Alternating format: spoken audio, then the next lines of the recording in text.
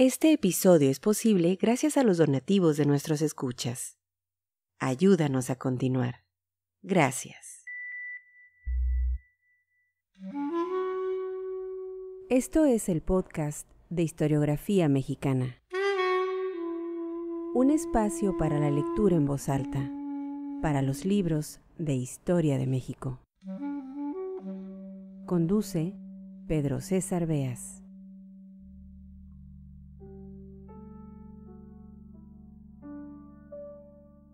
Tengo en mis manos una primera edición publicada por la UNAM en 1977 de uno de los libros clásicos fundamentales en la historiografía mexicana y desgraciadamente muy difícil de conseguir hoy en día. México, el trauma de su historia, de Edmundo O'Gorman. Sabemos quienes nos dedicamos al estudio de la historia que las explicaciones simplistas no llevan a ninguna parte. La idea anacrónica, pero tan presente, de explicar toda la historia del México independiente como un enfrentamiento entre liberales y conservadores es un sinsentido, una interpretación que no puede sostenerse.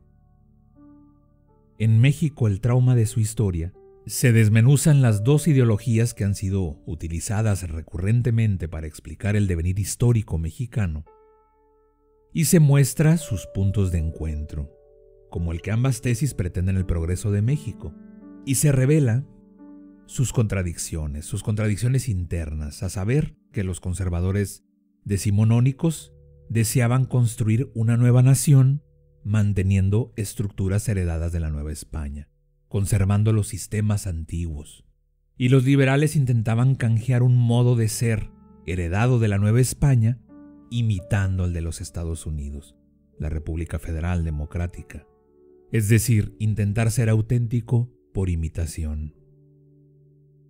En este trabajo, O'Gorman no se detiene solo en el siglo XIX. Al abordar la Revolución Mexicana, hace una crítica muy dura a los gobiernos emanados del conflicto armado que cimbró al país a principios del siglo XX.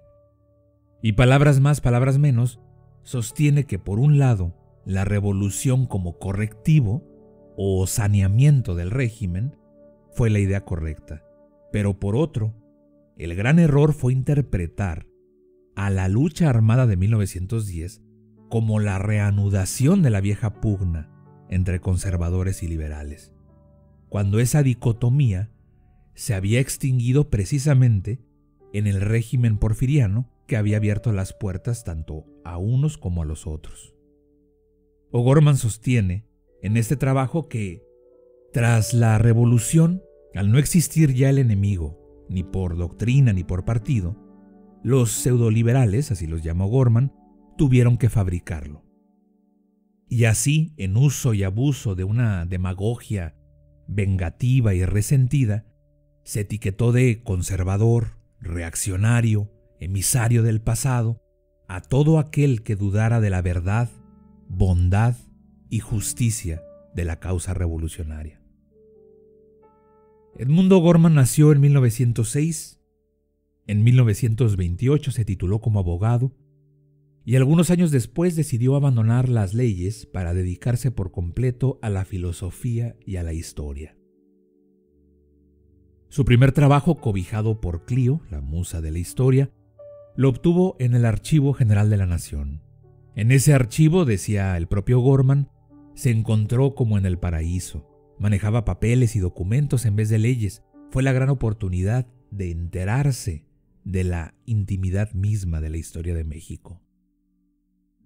Libros como México, el trauma de su historia, La invención de América, Destierro de sombras y un sinfín de artículos de este historiador dotaron de profundidad filosófica a los estudios de la historia de México.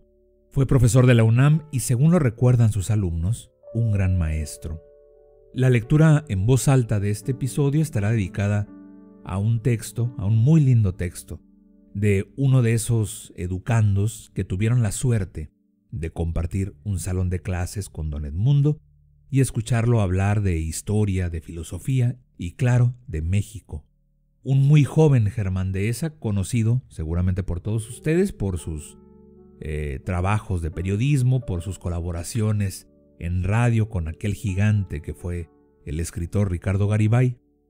Bueno, pues Germán Dehesa, a la muerte de su maestro, ocurrida en 1995, dedica unas líneas muy emotivas con el título Un café con Don Edmundo, publicadas en la revista Este País, dirigida por Federico Reyes Heroles, en 1996.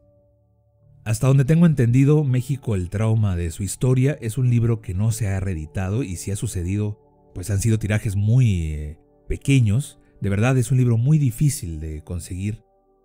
Si lo ven, si se lo encuentran en alguna librería de viejo, cómprenlo, no se van a arrepentir. Es una obra, lo repito, fundamental en la historiografía mexicana. Sean bienvenidos al podcast de Historiografía Mexicana, Un café con Don Edmundo, por Germán Dehesa.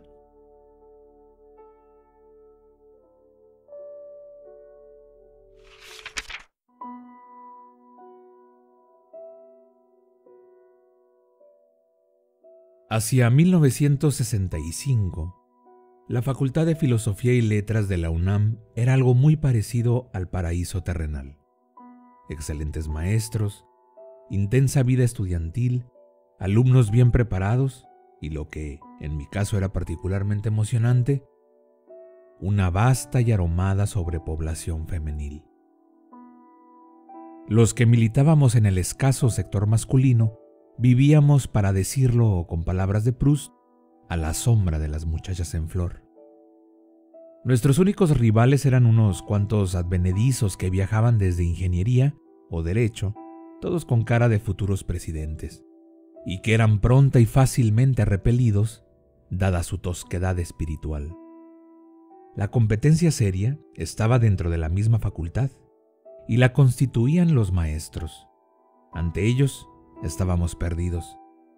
Nuestros ingenuos y provincianos 20 años poco podían hacer frente a la sapiencia, el misterio, la facilidad de palabra y la cultura de esos maestros otoñales que provocaban suspiros y paroxismos con la mera lectura de un poema de Miguel Hernández o el enunciado de una cita de Hegel.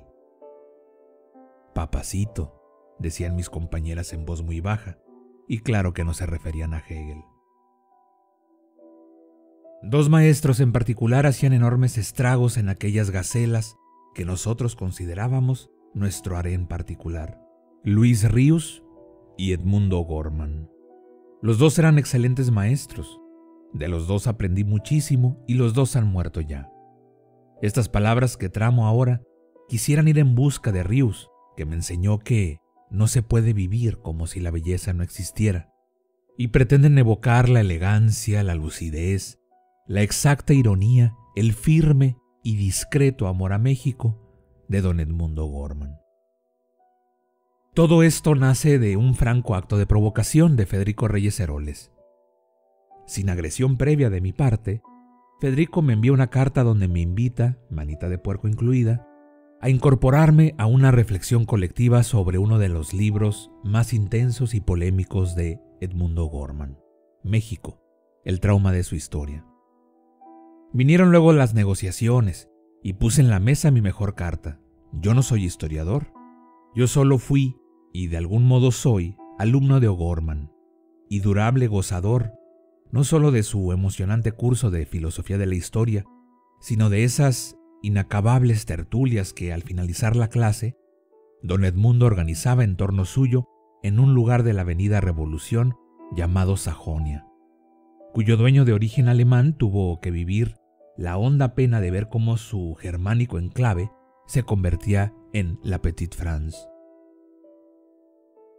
«Pues ya está», dijo Federico. «Yo te envío fotocopia del libro de O'Gorman, tú lo lees y redactas unas páginas en las que mezcles tus recuerdos con tus opiniones sobre la obra. ¿Sale? Pues va saliendo».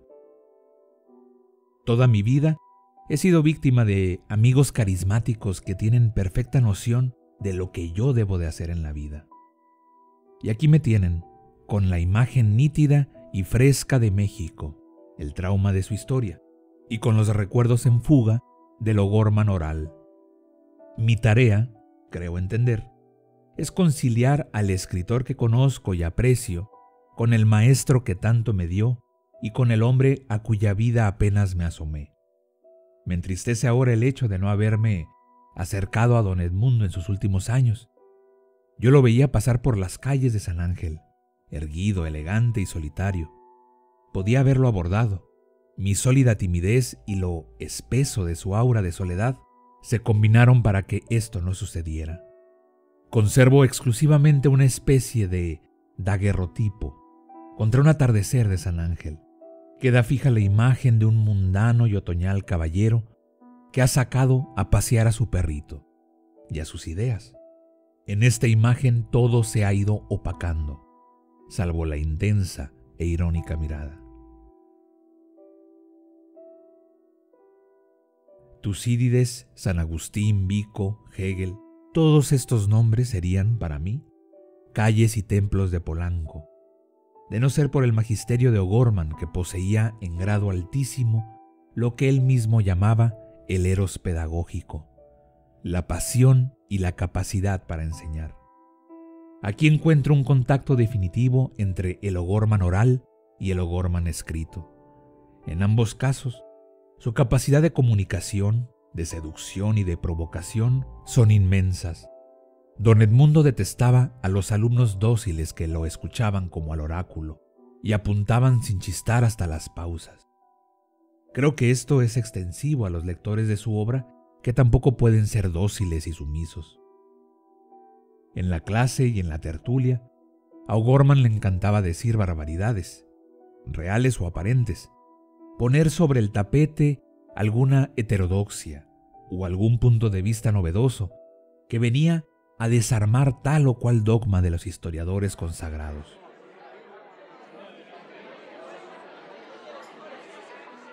Presente histórico. La escena ocurre en el Sajonia. O'Gorman dice: no me gusta el último libro de poemas de Luis Ríos. Me parece ingenuo, apresurado. Silencio largo. Don Edmundo, con sus ojos como de musgo luminoso, nos escudriña a todos y muy en particular al personal femenino. Una voz varonil, aunque quebrada, dice de pronto: pues a mí sí me gustó. ¿Ah, sí? ¿Cómo se llama usted? Dehesa. Ese no es nombre. Germán. Me llamo Germán, maestro. ¿Y por qué le gustó el libro de Ríos? Pues por esto y por aquello y por lo otro. ¿De veras? Sí, maestro. Yo creo que Ríos es un gran poeta. Digamos que es poeta y basta.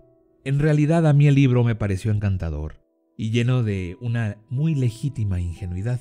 Me encantó, pero me encanta más discutir y encontrar interlocutores con un mínimo de inteligencia. Yo, o mi mínima inteligencia, reciben una breve mirada consagratoria. O'Gorman escribe: esto ya no ocurre en el Sajonia.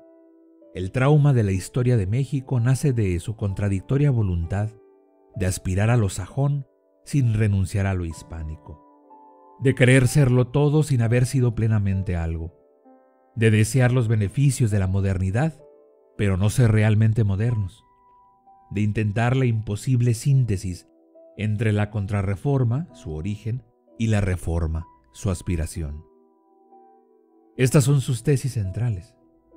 Alrededor de cada una de ellas, O'Gorman argumenta con brillantez libre de prejuicios y articula en magnífica prosa su apasionado razonamiento acerca de la llaga central del espíritu mexicano. Como en sus lecciones y en sus pláticas, en sus libros, O'Gorman no solicita lectores rendidos. Lectores hembra los llamaría Cortázar. Necesita lectores dispuestos a contrariarlo, a someter a la crítica sus afirmaciones, a provocar la siempre postergada discusión que nos permita esclarecer, más allá de la historia oficial, los ejes y las líneas de fuerza fundamentales y fundadoras de nuestra historia. Por supuesto, me consta que O'Gorman admite el disentimiento inteligente, Lo que es inadmisible para todos es la ignorancia, la ausencia de lectura. El pecado capital de permitir que una obra tan viva, tan polémica y tan enriquecedora como México, el trauma de su historia, sean ahora materia de olvido. El mero hecho de que este libro no haya circulado como merecía, no haya sido discutido despaciosa y serenamente, ni mucho menos apreciado, es ya otro trauma en la historia de México. Voy terminando. La última vez que vi a don Edmundo fue en el patio de un hermoso edificio del centro histórico. Era de noche y la UNAM le concedía un premio a su maestro emérito. Yo miraba todo, acodado en el barandal del segundo piso. Una luz cayó sobre don Edmundo, que habló con el encanto y la lucidez de siempre. Aún recuerdo lo último que dijo. Eran los tiempos en que muy sartreanamente la moda exigía que los académicos se lanzaran a vociferar por las calles.